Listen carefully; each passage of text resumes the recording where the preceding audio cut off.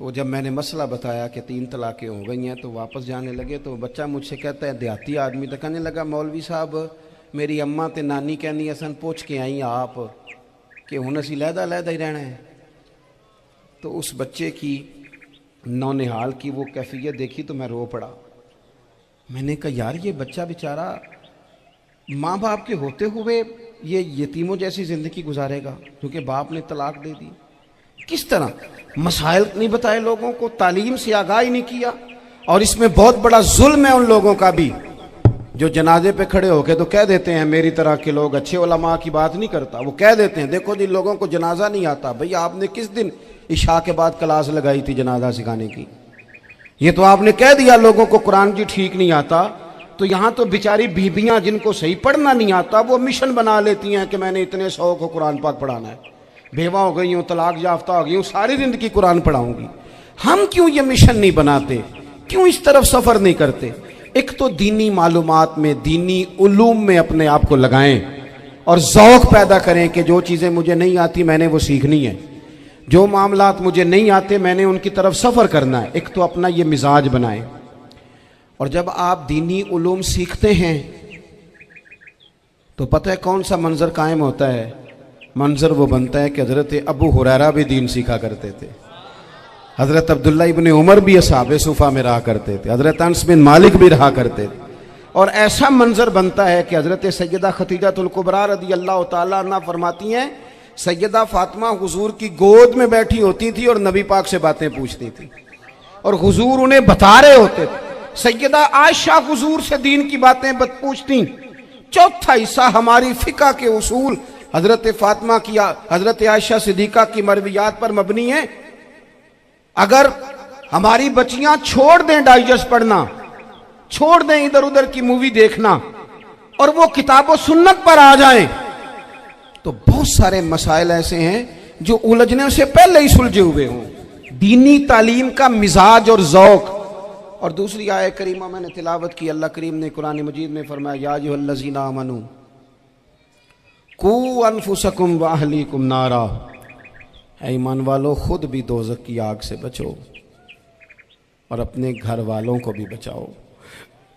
او والد، وہ ماں جو بچوں کو بھوک سے بچانے کے لیے محنت کرتی ہے، ان کو مایوسی سے بہت سارے ماں باپ ایسے ہوتے ہیں جن کے پاس کپڑے لینے کے پیسے نہیں ہوتے عید پہ۔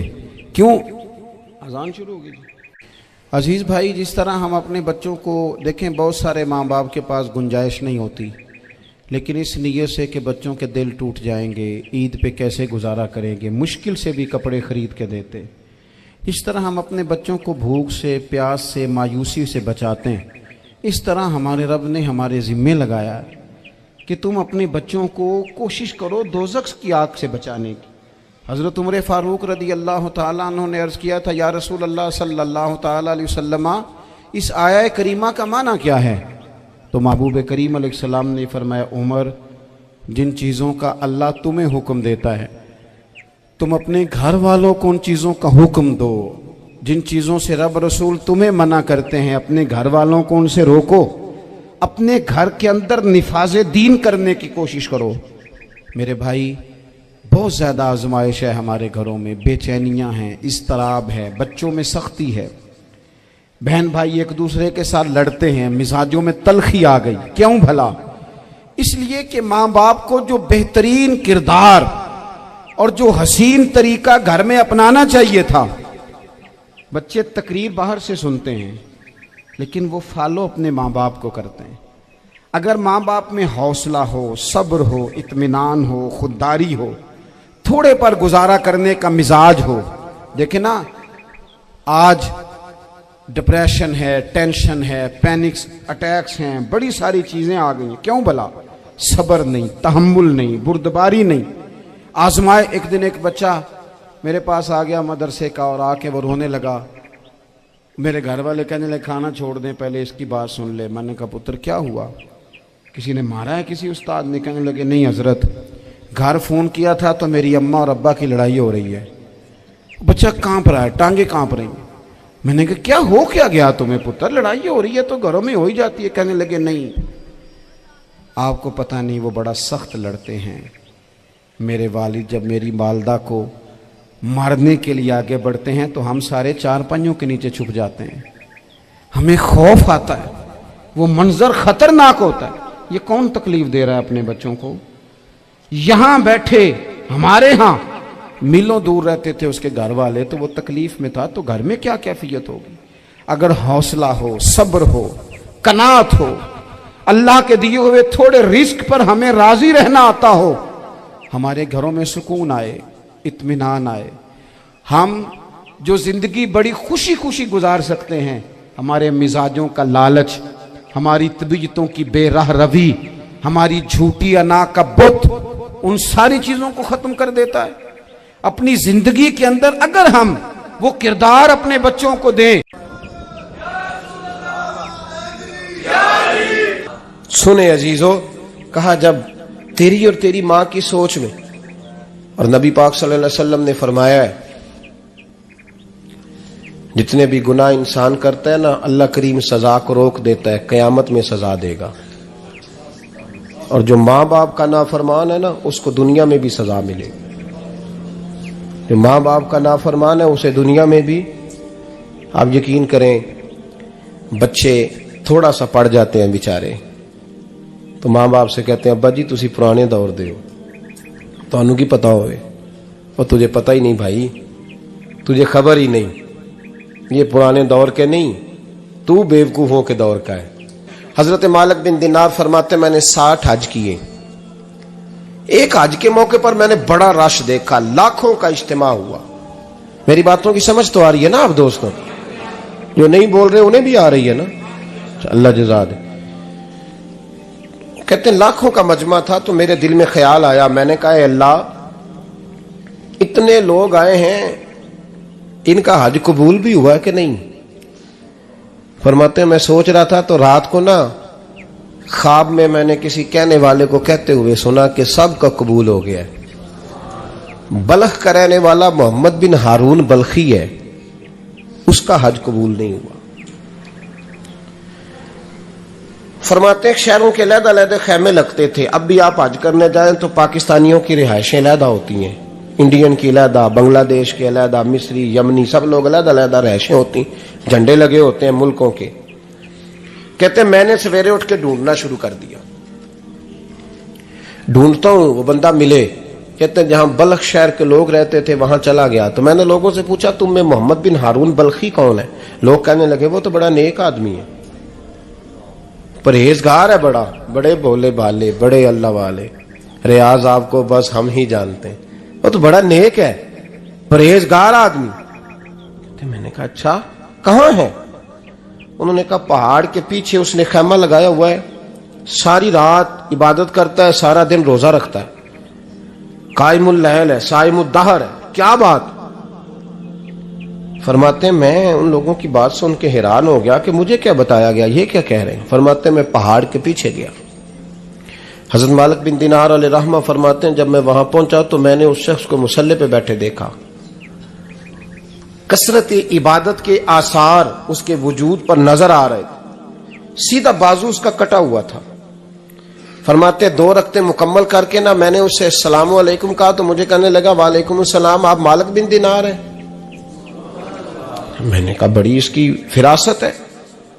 فرماتے پھر اس نے ٹھنڈی سانس لی، کہنے لگا آپ کو خواب آئی ہوگی کہ میرا حج قبول نہیں ہوا۔ فرماتے ہیں مجھ پر اور بجلی گری کہ کیا کہہ رہا؟ میں نے کہا یار لوگ بھی تیری تعریف کر رہے ہیں اور تیری بصیرت بھی بڑی ہے، تو یہ ماجرا کیا ہے؟ کہنے لگا آپ نہ پوچھیں۔ یہ کہہ کے اس نے رونا شروع کیا، دیر تک روتا رہا۔ میں نے کہا نہیں یار تو بتا۔ کہنے لگا نہیں آپ نہ پوچھیں، آپ ناراض ہوں گے۔ میں نے کہا میں نہیں ہوتا، تو بولنا۔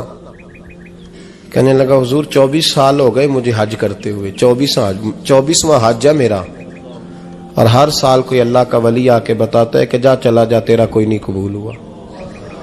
بے پروائی ویک سجن دی جتھے کسے دی پیش نہ جاوے، انہیں تاجاں والے در در رولے تے منگتیاں تخت بٹھاوے، آزم کسے نو کارا ملدا ہی کوئی کعبے خالی آوے۔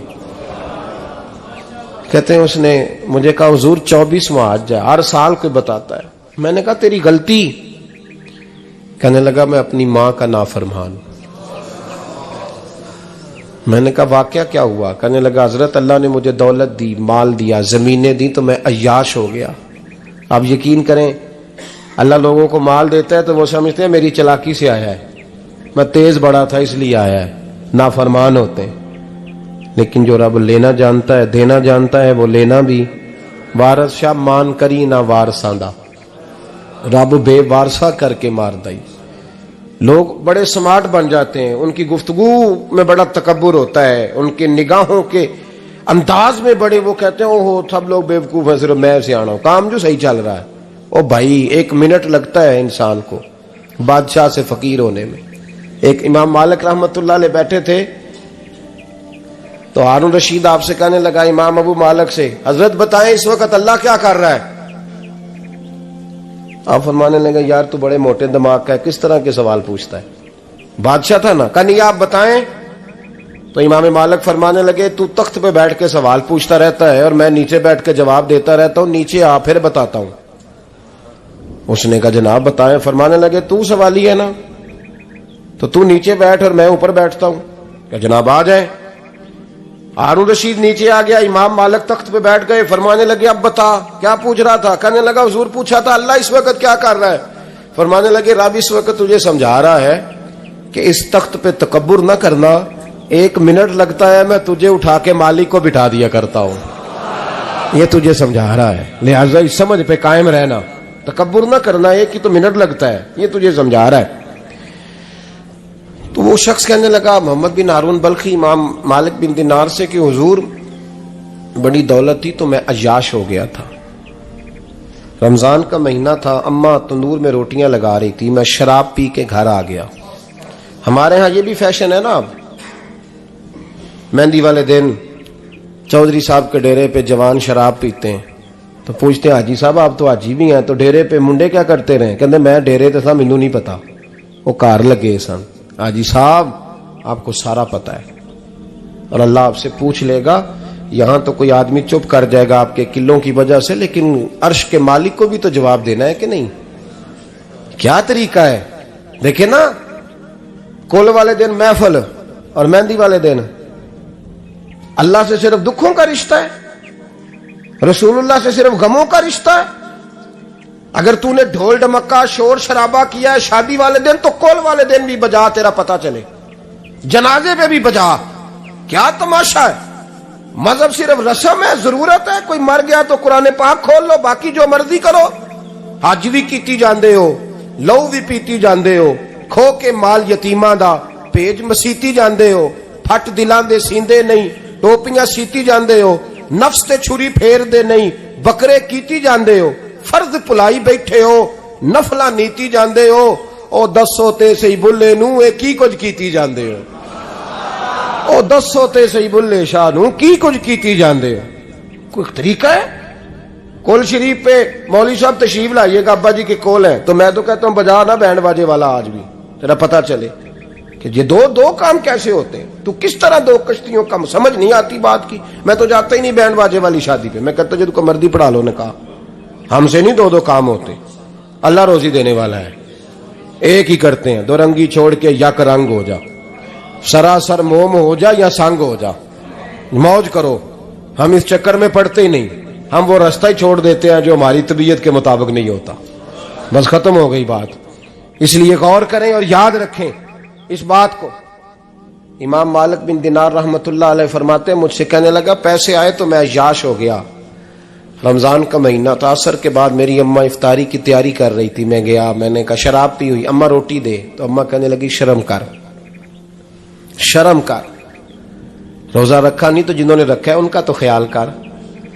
کہتے اماں کی بات کا مجھے غصہ لگا. میں کہا کرتا ہوں بد نصیب ہے وہ بیٹا جس کا باپ اس سے بات کرتے ہوئے ڈرتا ہے کہ پتہ نہیں کہاں سے بولے گا. بد نصیب نہیں وہ بیٹا جس کی ماں اس سے بات کرتے ہوئے سہم جاتی ہے کہ پتہ نہیں کون سی بولی بولے گا. بد نصیب نہیں کہ ماں باپ بھی جس سے کھول کے بات نہ کر سکیں. حضرت مالک بن دینار سے کہنے لگا اماں نے جب کہا نا شرم کر تو مجھے غصہ آیا، میں نے ماں کو تھپڑ مارا اور میری ماں جلتے ہوئے تندور میں گری.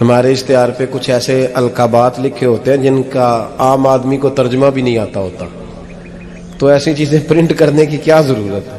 تھوڑے القابات کے ساتھ سادہ کام کریں، سادگی میں ہمیشہ حسن ہوتا ہے، اور جو سادگی ہوتی ہے وہ ملاوٹ سے پاک ہوتی ہے۔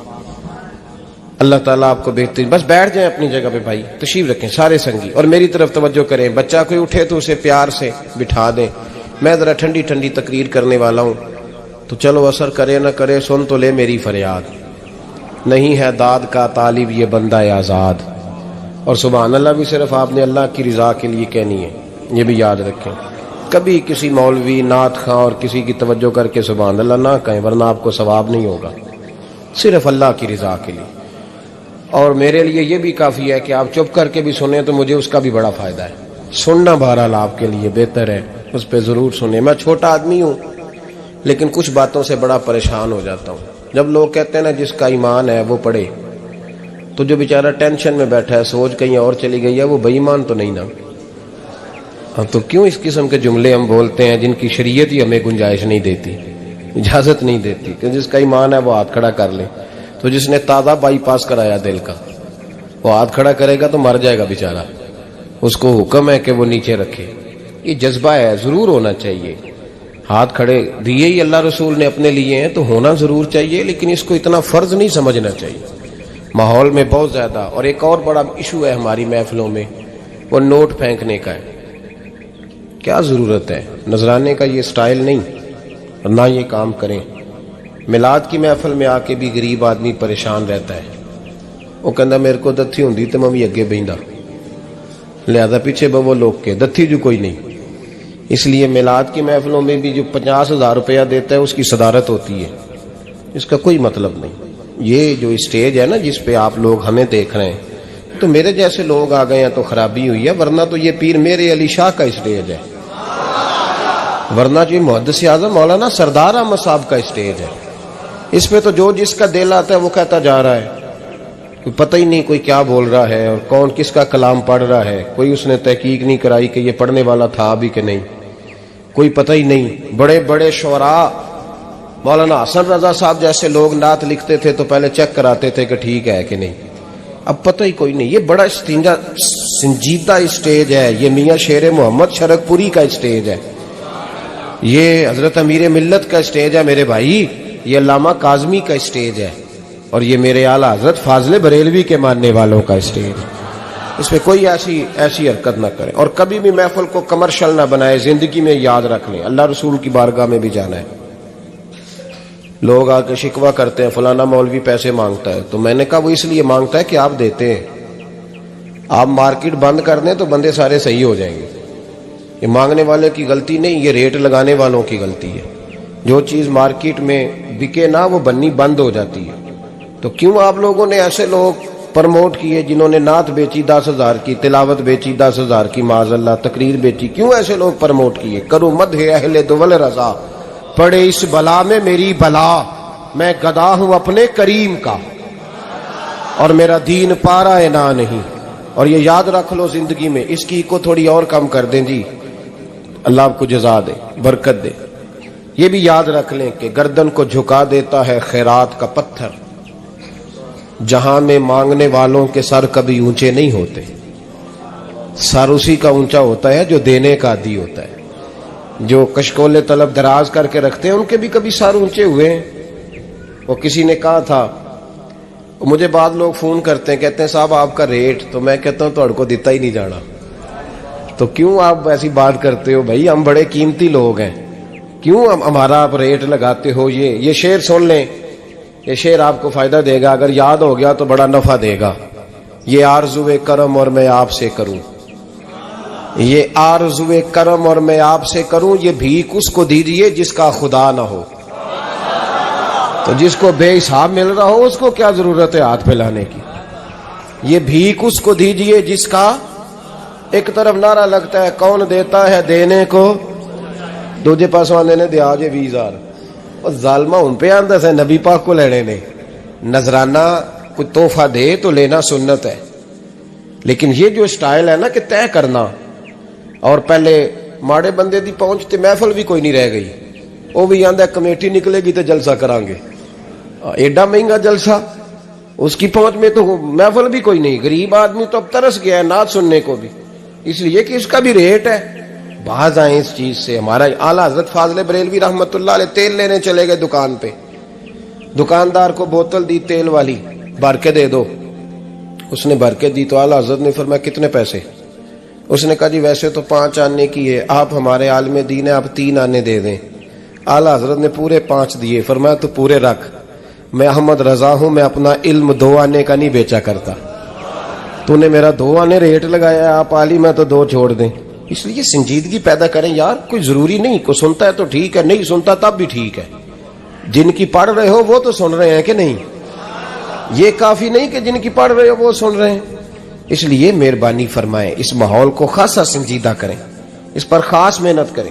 اس لیے نہیں کہہ رہا بنانے کے لیے, مسجد میں بیٹھا ہوں باوضو ہوں, میرا دل نہیں مانتا جب میں اسٹیج پہ آؤں تو کوئی بندہ نعرہ لگائے. کیوں بھائی, کچھ ضروری ہے؟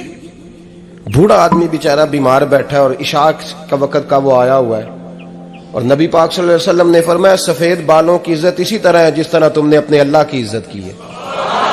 یہ بخاری مسلم کی حدیث ہے. فٹافٹ کھڑے ہو جاؤ جی, پیر صاحب آ گئے تھے, پیر صاحب ٹائم نہ لاؤں دے. کیوں یہ کام کرتے ہیں؟ کچھ بھی نہیں ہوتا. جو عزت کرتا ہے اس کا پتہ ہوتا ہے دل سے کر رہا ہے. بیٹھے رہنے دے لوگوں کو, کوئی فرق نہیں. یہ بڑی خوبصورتی پیدا کریں, آپ ماحول کو صحیح کریں, آپ کے جلسے کئی گنا زیادہ بڑے ہو جائیں گے انشاءاللہ تعالی.